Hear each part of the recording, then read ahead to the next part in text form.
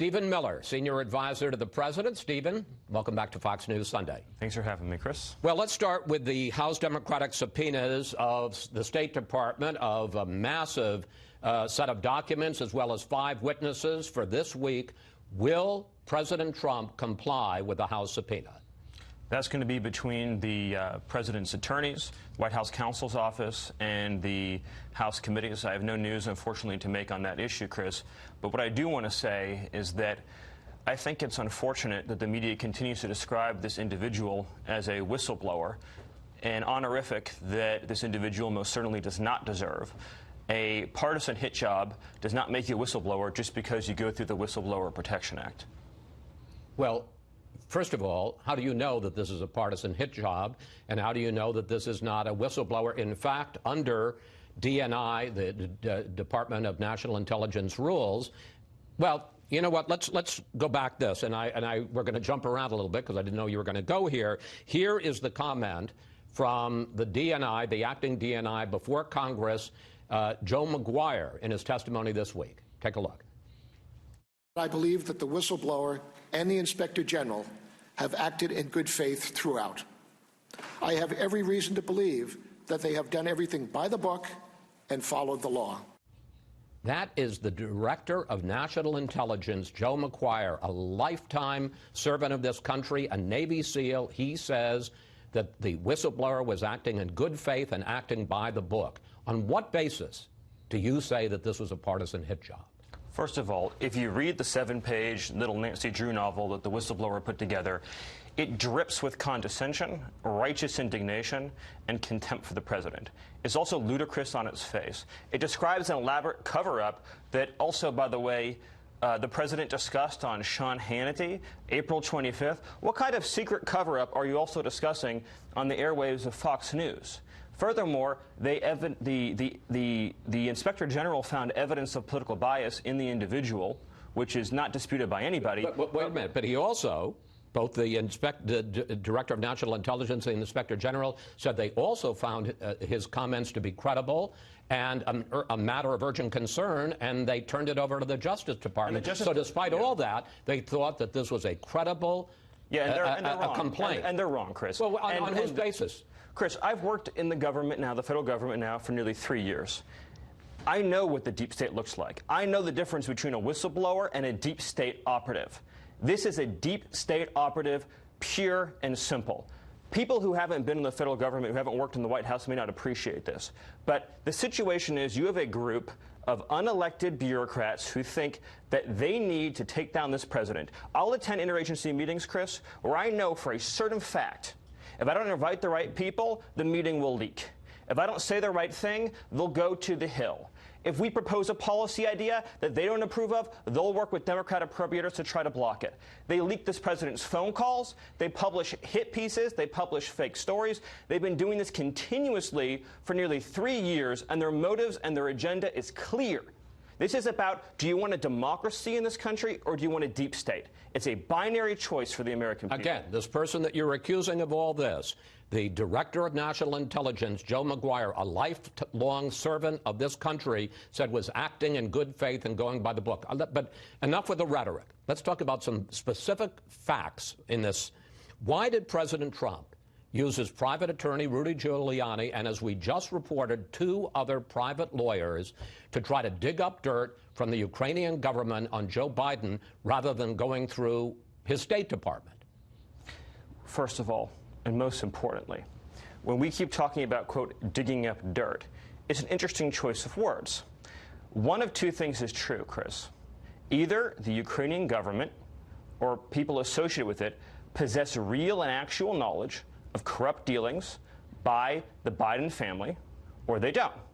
If they do, is it not in the interest of all Americans to know what that is? We're going to get to what the Bidens in a minute, but I've asked you a specific question. I'd like a specific answer. The president has the State Department. He's got the CIA. He's got the Pentagon. He's got a number of other agencies. Why did he use 3 private lawyers to get information on Biden from the Ukrainian government rather than go through all of the agencies of his government? 2 different points. Number 1.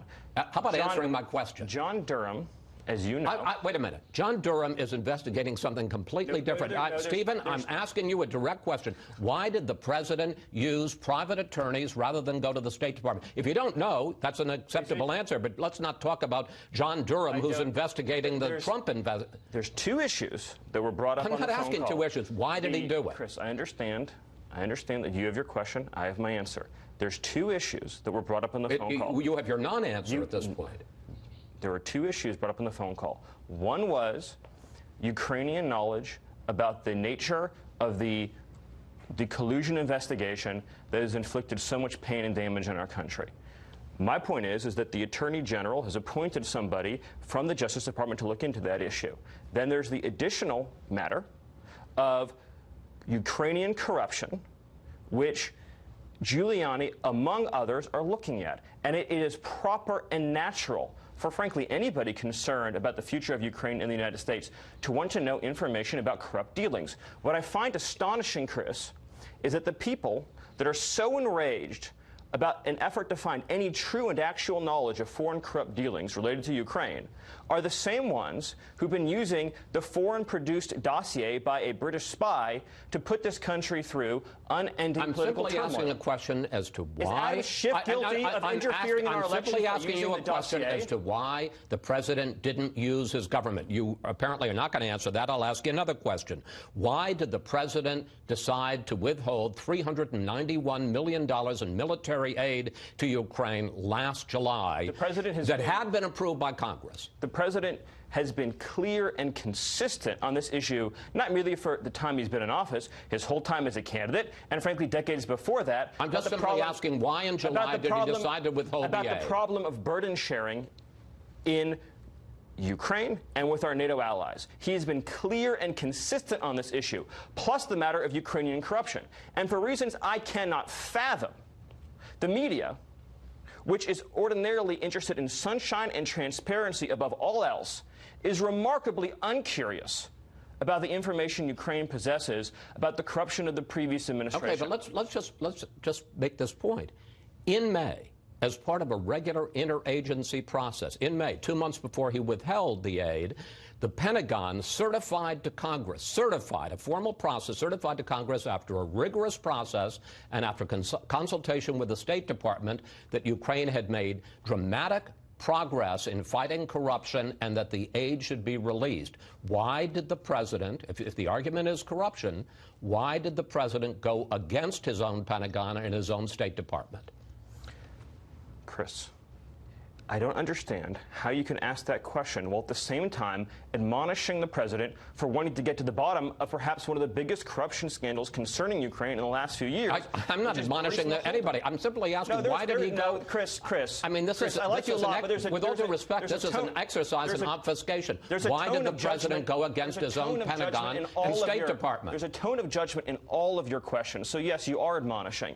And I can't speak to... No, that's judgment on your part, and sir. I can't speak to every single mid-level and low-level bureaucrat in the U.S. government. This is the Deputy Secretary of Defense for policy. You consider John Rood a minion in the State Department? It's the president's job and sworn duty to safeguard taxpayer dollars and the United States government's foreign policy.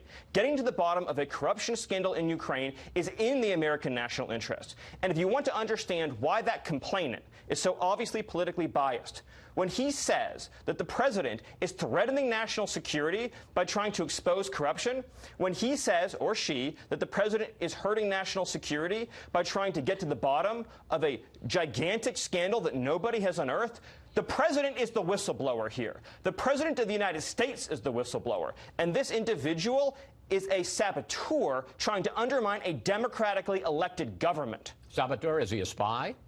Is he committing treason? I do not know. Well, the president said that, you know. The president correctly pointed out that the behavior of this individual is close to a spy. I don't know who the individual is.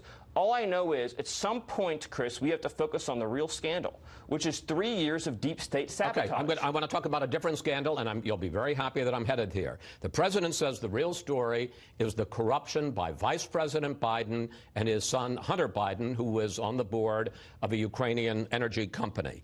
How specifically and I'm going to give you 1 minute uninterrupted, how specifically did the Bidens break the law in Ukraine? The Burisma company, as you know, was under investigation. It has a Ukrainian oligarch behind it who was under investigation.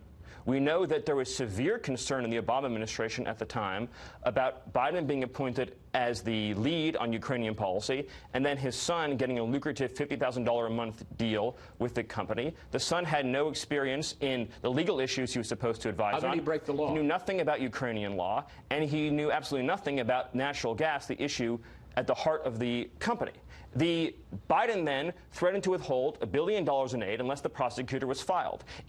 You realize that also the International Monetary Fund, almost every other government in the West, was also asking for that prosecutor to be fired, and that in fact, there was no investigation going on at Burisma, the name of the company, at that time. I don't know that to be true, but it is true. But I know what people have said, but the reality is that why is the media so obsessed with every single aspect of this investigation, but they don't want to uncover the potential corrupt dealings of Hunter Biden and his father? Why they don't want to know? I have one last question to ask you, and I do want to put this on in China. Why don't they want to know Here is Yuri Lutsenko. He was the prosecutor general of Ukraine for 3 years, including the period during which President Trump spoke with President Zelensky in July of 2019. Here is Lutsenko this week. Take a look. I don't know any possible violation of Ukrainian law, once again, Ukrainian law, by Biden and Biden Jr. This is Lutsenko, who was the prosecutor general at the time the president called the Ukrainian president, says Joe Biden and his son did nothing wrong. If you're going to use Lutsenko as a witness, then you have to also acknowledge he's made incredibly damning allegations against Ukraine and against the U.S. government involving the origins of the 2016 Russia collusion conspiracy. So if you're going to use him as a witness, you got to take all of it or none of it. You can't pick and choose. It's not a buffet. But but I guess the point is, if he clearly is saying those things about Ukraine and the 2016 election, he's not carrying water for Joe Biden. He says, Joe Biden, you can't pick or choose either. I'm not. I'm saying you're saying, well, okay, we agree with him on this, but we don't on the other. I'm saying welcome to the buffet. I'm saying that an investigation is urgently needed when you look at the full pattern of facts. But the single most important point is this: the American people in 2016 said we want a completely new direction for our country. They elected new lawmakers and they elected a new president to deliver that direction. He's the sole elected person in the executive branch. And yet, well, that's not true. Actually, you got the vice president as well. Yes, and all executive power is vested in the president. But there are deep state operatives who for 3 years have done nothing but tried to leak, undermine, hurt, and harm the ability of this president to institute this change. Do we want to be governed by an unelected bureaucracy or by a democratically elected president? That is the sole issue facing the American people. The only point I would make, and I have to move on, is that in 2018, the American people elected a Democratic House. So they are a co-equal branch of government. Stephen, thank you. Thanks for your time. Always good to talk with you, sir.